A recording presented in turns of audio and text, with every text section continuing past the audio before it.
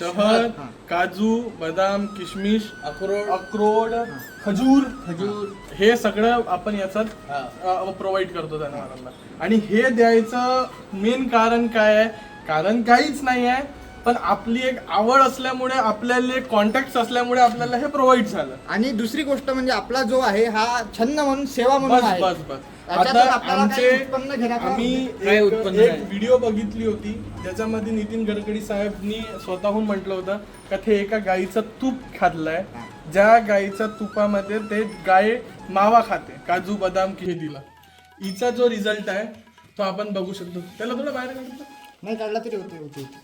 हा, तो आमचा हिचाच रिझल्ट आहे. तो आपले मजीद पठाण साहेब आहे इंदापूरचे, त्यांच्या सम्राट नावाचा बुल आहे, त्याचा तो रिझल्ट आहे आपल्यापाशी.